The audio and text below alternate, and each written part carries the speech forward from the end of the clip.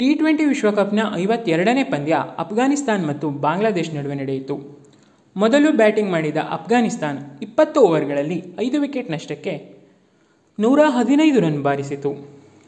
ಅಫ್ಘಾನಿಸ್ತಾನ್ ಪರ ಗುರ್ಬಜ್ 43 ರನ್ ಬಾರಿಸಿದರು. ಬಾಂಗ್ಲಾದೇಶ ಪರ ರಿಷಾದ್ ಹುಸೇನ್ 3 ವಿಕೆಟ್ ಪಡೆದರು.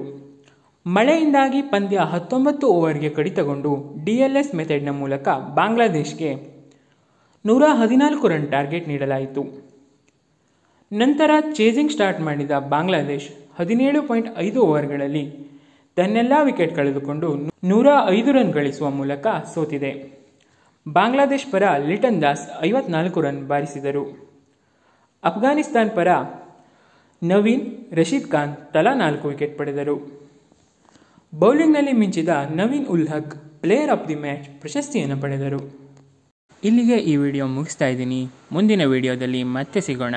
ವಿಡಿಯೋ ಇಷ್ಟ ಆದರೆ ಲೈಕ್ ಮಾಡಿ, ಶೇರ್ ಮಾಡಿ, ಚಾನಲ್ಗೆ ಸಬ್ಸ್ಕ್ರೈಬ್ ಆಗೋದು ಮಾತ್ರ ಮರಿಬೇಡಿ. Thanks for watching.